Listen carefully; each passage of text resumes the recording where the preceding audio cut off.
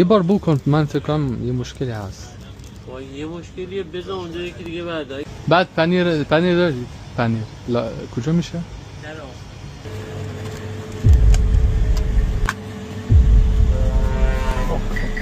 بس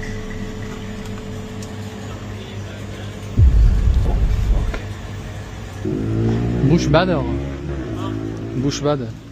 بوش بده؟ ساکن.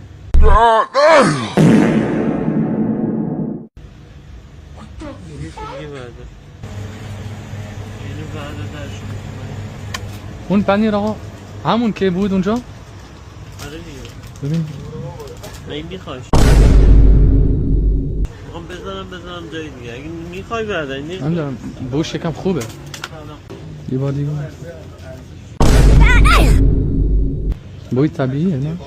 چون من بوی بد دوست دارم زیاد.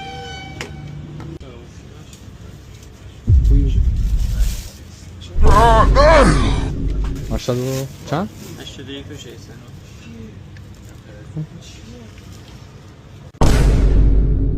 خوب؟